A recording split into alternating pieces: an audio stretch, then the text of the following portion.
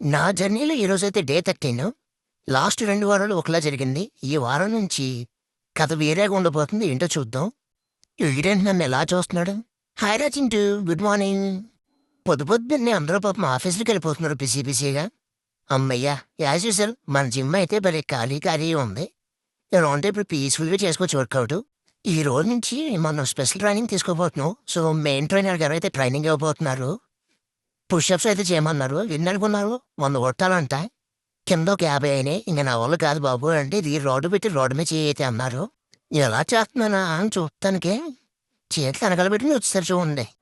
ఇదొచ్చేసి next variation అనమాట. మొత్తం మీద కొట్టేసాను అయితే పుషప్స్ అయిపోయినాయి. ఇదైతే స్క్వాట్స్. ఇయేం చెప్పారనుకున్నారు? ఇవి కూడా 100 స్క్వాట్స్ అంట. ఎవడైనా చేస్తాడు మనిషి అన్నోడు 100 స్క్వాట్స్. మీరే చెప్పండి. ఇదే నా నెక్స్ట్ వేరియేషన్ ఏమో అని చెప్పి చాలా ఆనందపడ్డాను. కానీ మా ట్రైనర్ గారు రిలాక్స్ అవుతున్నారంట. నాకు చెప్పిన నెక్స్ట్ వేరియేషన్ అయితే ఇదనమాట.